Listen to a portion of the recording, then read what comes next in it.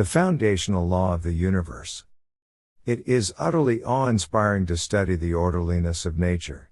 The clock-like motion of heavenly bodies through space, the human body and its marvelous functions, the marvels of physics, the beauties of the wonderful world we live in. When God created the universe, He made it in a way that He knew would function. He made it perfect. If you were to change something perfect, it would no longer be perfect, it would be imperfect.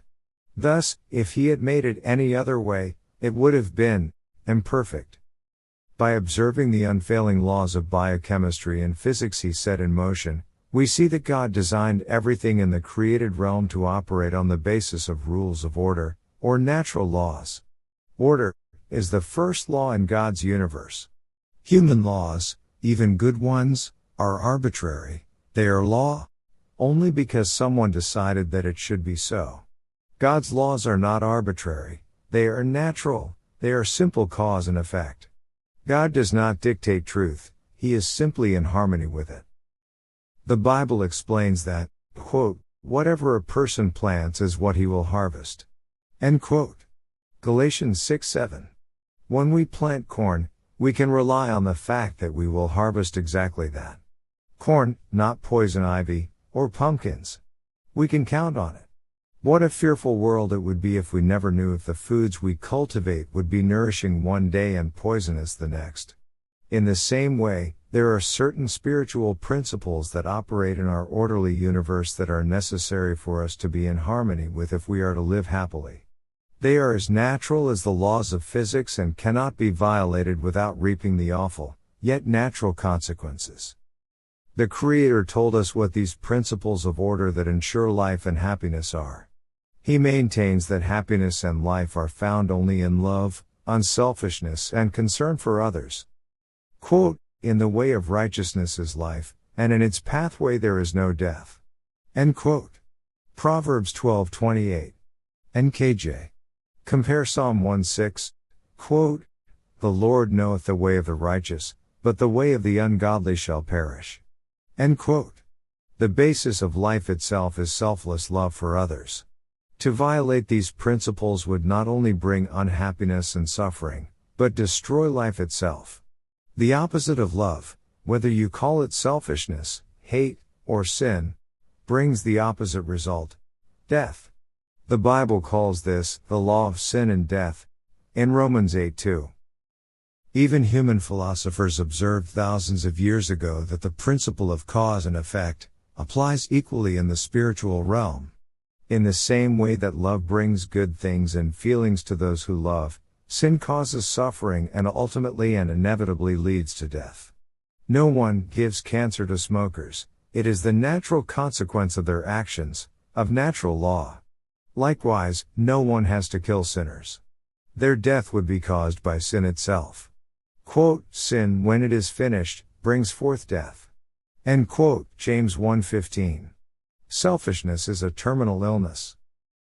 The Bible repeatedly declares the principle that the rewards and punishments of righteousness and sin are not arbitrarily imposed by God, but are the natural results of the choices made. Quote, they hated knowledge and did not choose the fear of the Lord.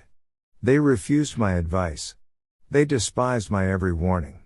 They will eat the fruit of their lifestyle. They will be stuffed with their own schemes. Gullible people kill themselves because of their turning away. Fools destroy themselves because of their indifference. But whoever listens to me will live without worry and will be free from the dread of disaster.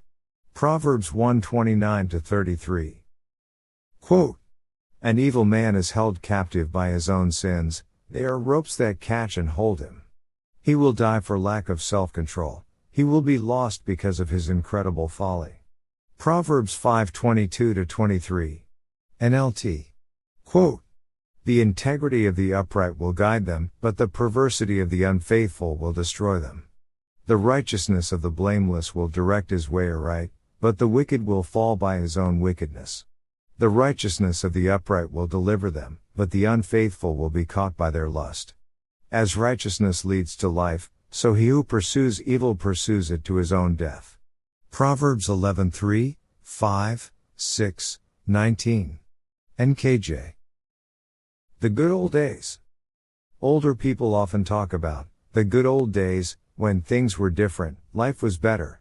Perhaps things are worse today in certain ways than in the times they are referring to, but a candid survey of history will show that life wasn't actually that great in the good old days. With hardly a pause to take a breath, human history is replete with ceaseless war, strife, bloodshed, disease, heartache and death. Unless we go back, to the time before the madness began. Back to a time we'll call eternity past. We find that in eternity past, peace and love reigned in God's universe. There was a time when there was never any strife, there was perfect trust, there was total love. There was never any deceit. No matter where you were, it was perfectly safe, day and night. Everybody loved everybody else. Pain, illness and death were unknown. Perfect freedom and love were the foundation of government and daily living. It was, indeed, perfect. This is the way God ran the universe, His family, His children, for God is love. Quote 1 John 4:16. The true story of Star Wars. This is the way things always were, until, much as the Star Wars saga began, a long time ago, in a galaxy far, far away, a mutiny arose to grasp control of the universe. A rebellion arose against the authority of God Himself and His right to run the universe this way. A defiance that divided the universe and plunged its inhabitants into a cosmic war that would last for thousands of years. Don't think science fiction, War of the Worlds, or even George Lucas. It's much bigger, much greater. This war was not initiated by capturing the heavenly armory.